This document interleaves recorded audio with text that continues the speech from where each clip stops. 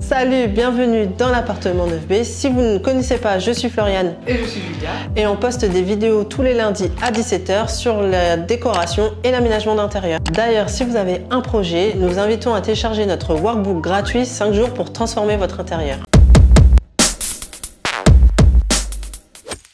Bienvenue, ici on se trouve dans notre nouveau projet de rénovation qui est aussi ma nouvelle maison où je me suis installée avec ma famille. C'est une maison de 1900 et à l'origine c'était 3 petites maisons de pêcheurs qui ont été réunies pour en faire qu'une. La maison se décompose en 3 étages et fait environ 160 mètres carrés. Quand on a visité la maison la première fois, elle n'était plus habitée depuis quelques mois. Vous allez le voir, la maison demande un gros travail de rénovation et on va vous emmener avec nous pour suivre l'évolution de ce chantier. Ici on refait tout. Je vous cache pas que ça va prendre du temps car on a choisi de faire une grosse partie en auto-rénovation. Mais c'est l'occasion pour nous de vous montrer les coulisses d'un projet d'architecture d'intérieur. D'ailleurs, je vous invite à nous rejoindre sur Instagram si vous avez envie d'échanger avec nous sur ce projet. On va y mettre souvent des coulisses un peu du chantier et on va essayer d'organiser des questions-réponses sur le projet. Un chantier de rénovation commence toujours par la partie démolition. Si vous vous demandez par quelle pièce commencer, essayez de débuter par l'étage et ensuite pour finir par le rez-de-chaussée. L'idéal c'est de ne pas être obligé de vivre sur place parce que ça génère beaucoup de poussière. Pour démarrer, je vous propose de faire une visite du premier étage,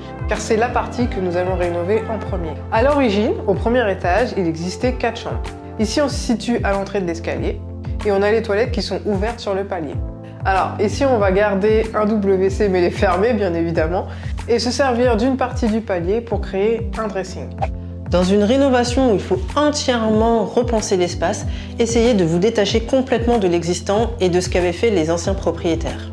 L'astuce, c'est de vraiment réfléchir en pensant sur un plan et de projeter votre nouvel espace comme vous souhaitez vivre. Surtout, soufflez un bon coup pour être logique et rationnel. En fait, pour tout vous dire, ce grand palier était considéré comme une chambre avec sa pièce d'eau.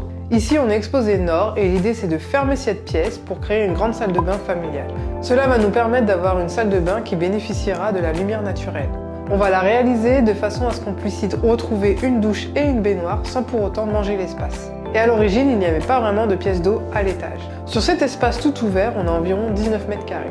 Dans les années 1900, les salles de bain de ce type de maison étaient souvent situées au rez-de-chaussée. Selon votre mode de vie, il peut être intéressant de supprimer une chambre à l'étage pour plutôt créer une salle de bain. Ça permettra d'éviter de faire des allers-retours entre les différents étages. Lorsqu'on continue, il y avait la deuxième chambre, dans laquelle il y avait un escalier qui menait au deuxième étage. On a d'ores et déjà supprimé cet escalier. Ici, je vous mets des photos avec le mobilier de l'ancien propriétaire. Une des contraintes de cet étage, c'est que les chambres sont en enfilade. Notre première idée, c'est de créer un couloir et ensuite de créer une ouverture pour accéder à l'autre chambre attenante. Notre deuxième idée, c'est de ne pas toucher à l'enfilade. Pour plusieurs raisons. 1. La création du couloir va empiéter sur la largeur de la pièce. Et la deuxième raison, c'est que la création d'ouverture peut fragiliser la structure de la maison. C'est que les enfilades, c'est pas vraiment très fonctionnel dans notre mode de vie actuel. Si vous pouvez créer un couloir pour fluidifier les axes de circulation ou sinon réunir les deux pièces pour en faire une plus grande, c'est parfait. Mais parfois, c'est pas toujours possible. Dans ce cas, il faut plutôt que la pièce de passage soit une pièce commune et non pas une pièce intime comme une chambre. Donc maintenant, on va passer à la pièce attenante. Comme on vous l'a dit, on aimerait créer une ouverture sur cette partie. Mais par contre, on aimerait recloisonner entre les deux autres pièces. Dans cette pièce de 12 mètres carrés, on aimerait créer un bureau qui fasse aussi office de chambre d'amis. On passe maintenant à la dernière pièce de cet étage. Celle-ci fait 11 mètres carrés. Elle est exposée sud et elle a la chance de bénéficier d'un balcon avec vue sur le jardin. C'est pour ça que ça nous semblait être une bonne option pour la chambre parentale. Ici, nous avons déjà enlevé la moquette et mis les murs à nu. C'est la pièce dans laquelle je me trouve actuellement. Si vous avez une pièce avec un balcon attenant, essayez d'en faire une pièce à tout charme. C'est vraiment un plus.